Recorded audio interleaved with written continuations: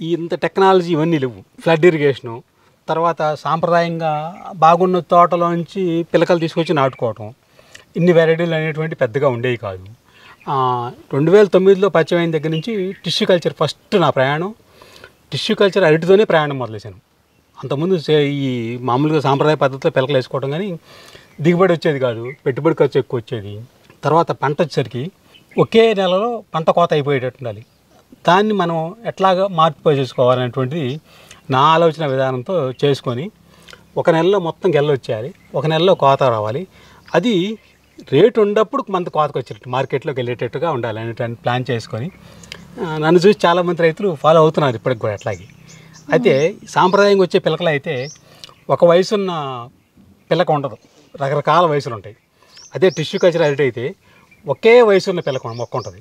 అది ఒక నెలలోనే గెల వస్తుంది, ఒక నెలలోనే కోత వస్తుంది. గత 15-16 సంవత్సరాల నుంచి, దగ్గర 16 సంవత్సరాల నుంచి నా ప్రయాణం అరటిలో మొదలైంది. అప్పటి నుంచి ఒక్క సంవత్సరం మాత్రం నాకు టిష్యూ కల్చర్ వేసిన తర్వాత పెట్టిన పెట్టుబడి మాత్రమే వచ్చింది. తతిమా సంవత్సరాలన్నీ కూడా తతిమా సాటి రైతులు 300కి అమ్మితే నేను 600కి అమ్మేవాడిని గల. ఇప్పుడు అమరావతిలో రీజనల్ ల్యాబొరేటరీ ఉంది, బయో ఫెర్టిలైజర్. అది పిఎస్పి అంటే పాస్పారిక్ అనమాట, పాస్పో బ్యాక్టీరియా. భూమిలో ఉన్న పాస్పరస్ని కరిగించి మొక్క అందించింది. నత్రజని సహజంగానే కిరణజన్య సంయోగ క్రియ జరుగుతా మనకి ఈ వాతావరణంలో ప్రతి చదరపు మీటర్కి 2 టన్నుల నత్రజని ఉంటుంది.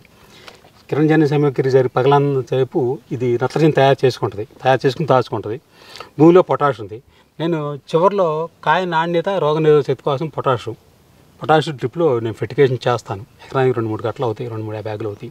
మంచి క్వాలిటీ ఫెర్టిలైజేషన్. కలుపు నియంత్రణకి మనుషులు పెట్టి తీయించుకోవడం అది ఖర్చు ఎక్కువ అవుతుంది అనుకుంటే, నాకు పవర్ వేడర్ ఉంది, అది పెట్టి ఇది మొత్తం అంటే దీంట్లో ఈ పసుపు ఉన్నదని ఆగాను. లేకపోతే పవర్ వేడర్ పెట్టేసి పచ్చగా ఉన్నదాన్ని మొత్తాన్ని భూమిలో కలిపేస్తాను.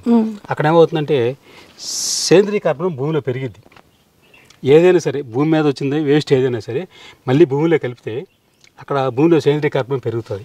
మామూలుగా ఇప్పుడు ఆ ఆకుమచ్చ తెగులు తట్టుకునేది బొంబాయి పెండలం అని ఉంటుంది, దాంట్లో ఉంది. తర్వాత ఈ పసుపు ఒకటి, ఇవి వేస్తే మధ్యలో లాస్ట్ ఇయర్ మొదలుపెట్టాను. అది వేస్తే ఏంటంటే లాస్ట్ ఇయర్ దీంట్లో సిగటోక రాల, వాస్తవంగా చక్కెరకేళి ఎక్కువ వస్తుంది, రాలేదు. అది ఏంటంటే కింద నది నీడ నది ఉంటుంది. తర్వాత ఇంకోటి ఏంటంటే ఆ బొంబాయి పెండలంకి పాక్షికంగా నీడ కావాలి. ఆ నీడ ఉంటే ఆ ఆకులకి రాదు. అదే వీటికి ఉపయోగపడింది. నేను చేసిన ప్రయత్నంలో సక్సెస్ అయ్యాను. శాస్త్రవేత్తలు కూడా అదే చూసి అభినందించారు కూడా, ఇట్లా చేయొచ్చు అని. ఓకే.